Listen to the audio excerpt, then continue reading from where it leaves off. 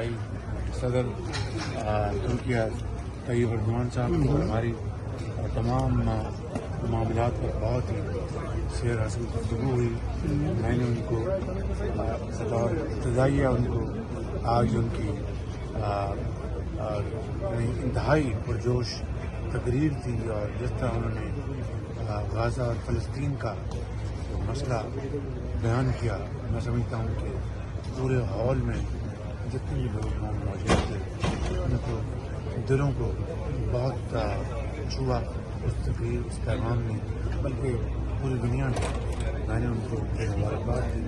اور پھر پاکستان اور ترکیہ کے درمیان جو ہمارے برادرانہ تعلقات ہیں ان کے بارے میں تمام پہلوؤں پر گفتگو ہوئی اور انشاءاللہ انہوں نے مجھے فرمایا کہ وہ جلد پاکستان کے دورہ آئی ایم ایف سے آپ کی میٹنگ ہونے والی ہے اور غالباً ریلیز بھی ہونے والا ہے سلسلہ، تو کیا آپ کیا توقعات رکھتے ہیں آئی ایم ایف سے؟ نئی کنڈیشنلٹیز یا اپروول؟ کل بورڈ کی میٹنگ ہے آئی ایم ایف کی، ہم نے تمام ان کی شرائط پوری کر دی ہیں، بڑی کڑی شرائط پوری کر دی ہیں الحمدللہ.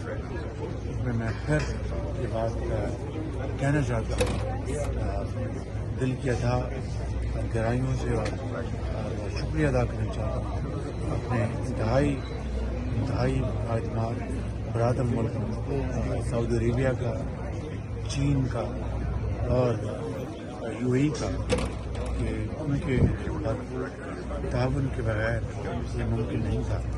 اور آخری مراحل میں آئی ایم ایف کی جو کچھ شرائط تھی ان کا تعلق چین سے تھا اور چینی حکومت نے جس طرح پاکستان کا ماضی کی طرح دوبارہ ہاتھ پکڑا اور بھرپور تعاون کیا.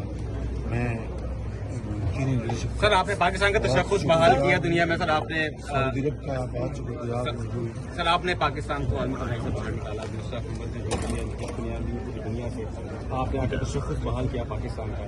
آپ کیسا دیکھ رہے ہیں آپ کا جیسے ملاقات ہے؟ اللہ تعالیٰ کا بے پناہ فضل و کرم ہے کہ اجتماعی کاوشوں سے ہماری حکومت نے مل کر، حکومت کے اداروں میں مل کر ہم نے جو معاشی چیلنجز کو نہ صرف قبول کیا بلکہ دن رات محنت کر کے آہستہ آہستہ معاشی جو اشاری ہیں ان میں بتدریج بہتری آ رہی ہے. آپ دعا کریں کہ اللہ تعالیٰ ہمارا جو رخ ہے وہ صحیح سمت رکھے اور ہمیں توفیق دے کہ پاکستان کے عوام کی حت المقدور خدمت